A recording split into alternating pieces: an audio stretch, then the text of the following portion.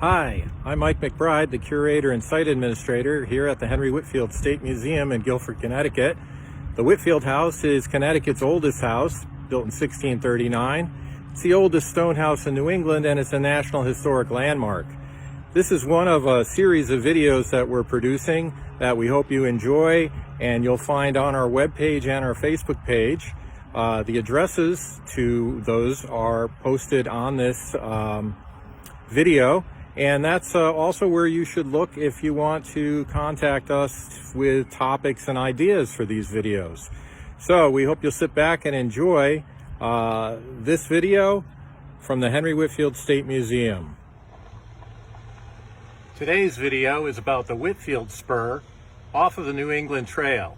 Here we are at Chittenden Park in Guilford, about a mile south of the museum, and this is the southern gateway of the New England Trail.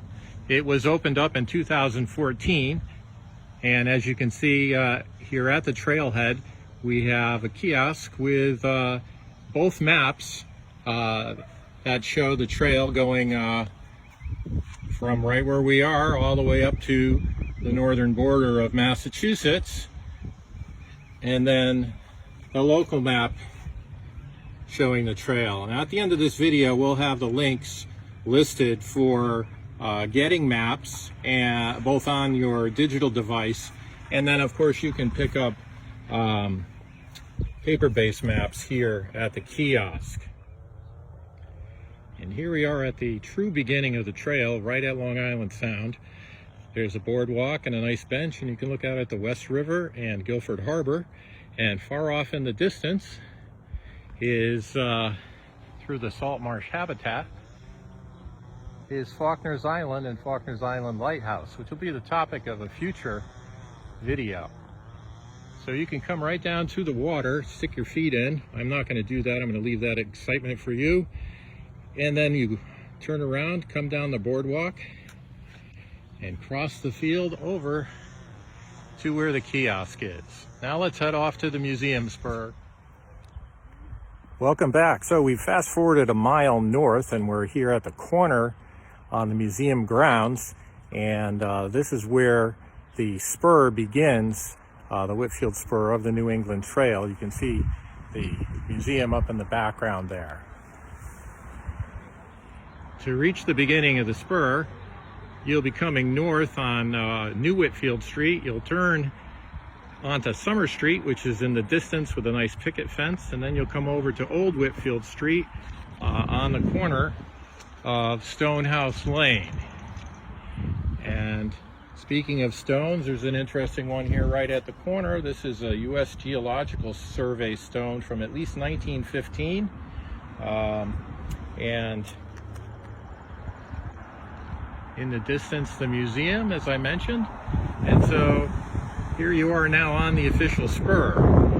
This actually continues on Old Whitfield Street straight up to the town green, and then you take a right onto Boston Street, or you can take the turn through the Whitfield property, which is the Whitfield Spur. Now originally this was the main street here in town. It was called South Lane. Then later in the 19th century it was changed to Harbor Street, and then it was changed to Whitfield Street. It's now Old Whitfield Street because the road splits, where you can see that car there, because we no longer have to stop at the railroad tracks. You can go up and over them. Now this is a good spot to stop and look at the museum in the distance. The original sidewalk from the 19th century used to go straight up. Now you might be wondering what that red sleigh is. That's part of a scavenger hunt. It's guaranteed it won't be here if you use this video to walk the trail. It's only out for about 48 hours.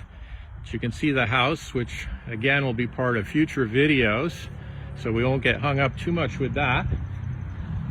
So we're going to continue along.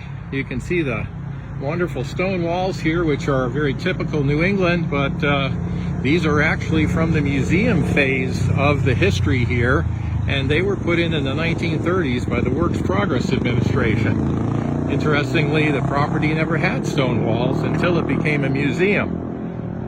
Now we're coming up on a tree here with a blue blaze. Most of you are pretty familiar, if you hike the trails, with the blaze system, this is telling us to go straight. So we're going to continue to do that. Across here to our left is a large pink Stony Creek granite slab with the Guilford Covenant etched into it from the 375th anniversary back in 2014. Here's another blaze. And now you see some blazes here. Two of them, one on the right is higher, tells you to take a right turn. So we're going to head into the Whitfield property. This is the field area, as we kind of call it. You see there's a little sign here. We're also a state archaeological preserve, and we ask you to be a steward of the land here like we are and take care of the place. And the trail as well as the site are open dawn to dusk. Over here to my left are the remains of a colonial revival apple orchard. There were 24 trees here at one point. Now we have 2.5, I guess you could say. And because we're in the field area, you can see it's pretty extensive here. We had to put a post with a blaze on it.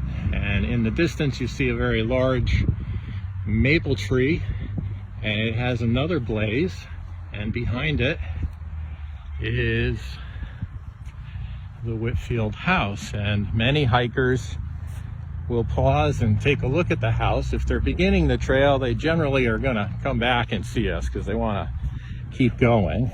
If they're coming in reverse, they're more likely to stop. These trees are magnificent. We frequently get asked how old they are, and surprisingly, they date to just after the hurricane of 1938. And here we have the blaze telling us to bear to the left. A beautiful view of the north chimney, the oldest section of the house. We'll be poking around inside that fireplace in a future video. And up into the main portion of the grounds where our parking lot is. And in the distance you see our visitor center, which when open has gift shop, restrooms, those trail maps.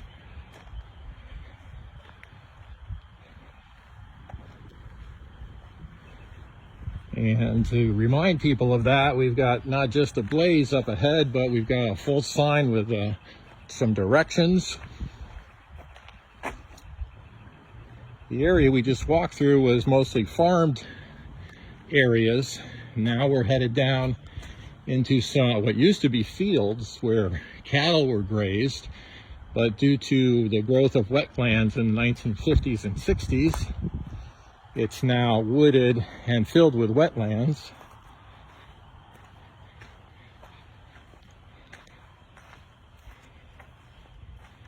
And things are just starting to grow up.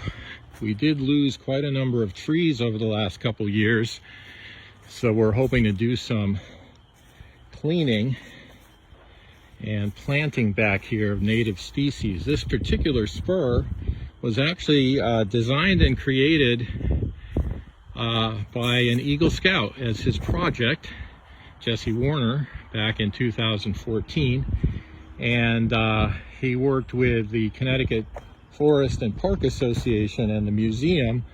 The Connecticut Forest and Park Association is a nonprofit, and they're the ones who are the stewards of the Blue Blaze trails in in Connecticut, and the New England Trail segment in Connecticut. Now, last time I walked through here for my test run of the video, about a week ago, this skunk cabbage was barely visible. So between the rain and the sun the last few days, it's really popped up. You can see we want you to bear right. We don't want you walking out into the swamp here.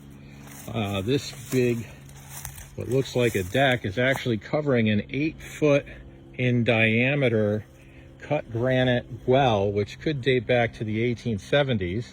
We do know it's at least from 1915. And we don't want anybody to fall in it. And the archaeology we've done has found piping that was run from here at the well all the way up into where the visitor center is. The visitor center started its life as a horse barn. And as we walk along, you can see everything's just budding out. Got some really interesting vines growing up through the trees. You can see this whole area is pretty open and there are still some downed trees. But we're hoping this all fills in again so people kind of have a wooded section to go through. There's no lack of wildlife here on the property. The property is about 10 acres. Here's a woodchuck hole. It's next to one of the 19th century fence lines. You can see the two cedar posts and there's barbed wire. They used to let the cattle graze here, dairy cows mostly. Here's kind of the swamp taking over the trees. And we're essentially now directly behind the visitor center. We've got some more woodchuck holes. We have foxes here, raccoons, opossum, squirrels, field mice, chipmunks, deer. Chances are you won't see too many of them because your noise on the trail here will probably scare them away. You can kind of see past this interesting twisted vine. In the distance you can see standing water, and it's only going to get higher because we're due for another 4 or 5 days of rain. And we're coming up towards the end of the spur, which is just under a quarter mile, so it's a nice leisurely kind of off the pavement part of the New England Trail, since the beginning of the trail here in Guilford is mostly pavement. You do see wonderful old houses on the trail, but this is a nice little respite.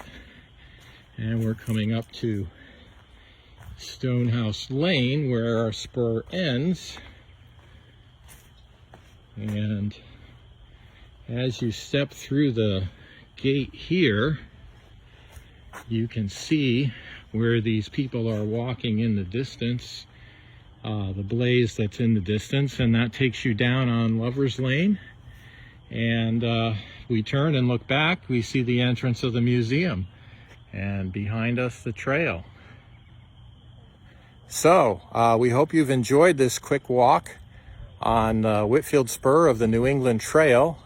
Check out the links to get more information about the museum and the trail and Connecticut Forest and Park Association, the Appalachian Trail, and thanks for joining us.